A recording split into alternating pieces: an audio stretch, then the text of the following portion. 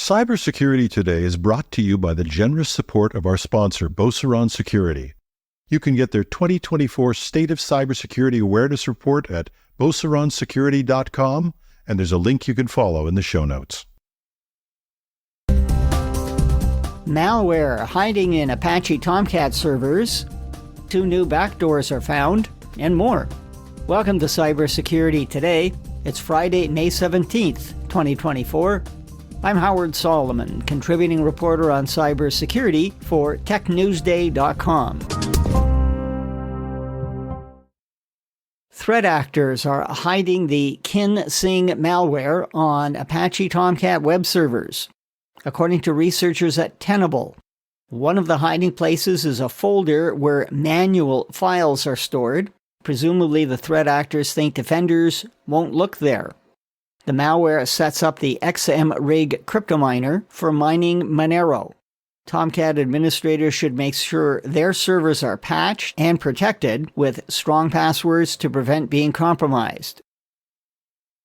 Researchers at ESET have discovered 2 new backdoors suspected of being used by the Russian group nicknamed Turla.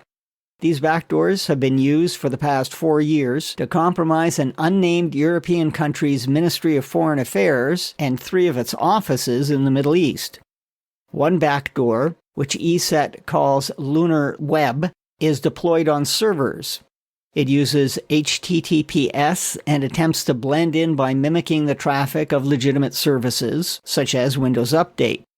The other backdoor, called Lunar Mail, is deployed on workstations. It piggybacks on Microsoft Outlook and communicates via email messages using either PNG images or PDF documents to exfiltrate data. The report doesn't say how the Foreign Affairs Department was initially compromised, but it found evidence a network monitoring application was leveraged, and there is evidence a malicious macro in a Word document downloaded one backdoor.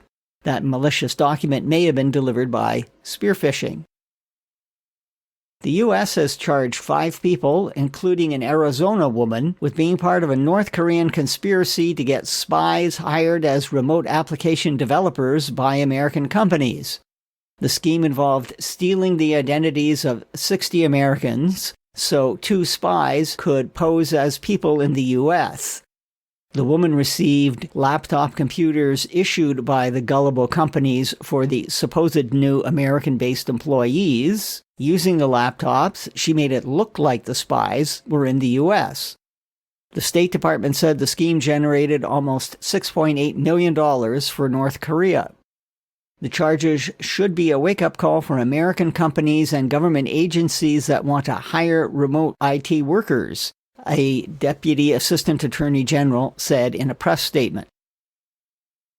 AI developers who download the Llama CPP Python package for integrating artificial intelligence models with Python are urged to upgrade to the latest version.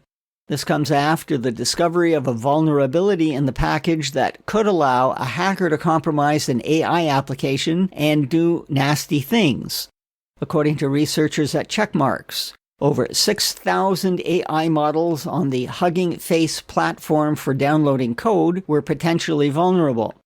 Checkmarks says the discovery underscores the fact that AI platforms and developers have yet to fully catch up to the challenges of supply chain security. Vulnerabilities in on-premise VPNs are increasingly being exploited by threat actors.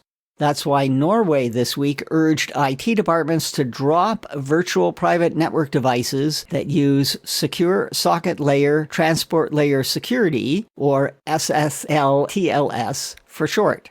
These are also known as SSL VPNs, web VPNs, or clientless VPNs. Norway's National Cybersecurity Center says solutions for secure remote access should instead use IPsec with Internet Key Exchange. Now, solutions using those protocols aren't free of holes, but they have a smaller attack surface and a lower risk of configuration errors. The Norwegian Cyber Center says most organizations should move by the end of 2025 Those organizations designated by the country as critical should drop SSL TLS VPNs by the end of this year. Cyber authorities in other countries, including the US, have already made the same recommendation. That's it for now. But later today, the Week in Review podcast will be available. Terry Cutler of Sciology Labs will join to discuss the FBI takedown of the Breach Forum's criminal marketplace and other news. Links to details about news mentioned in this podcast episode are in the text version at technewsday.com.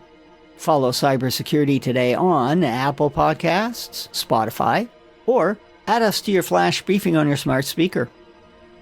Thanks for listening. I'm Howard Solomon.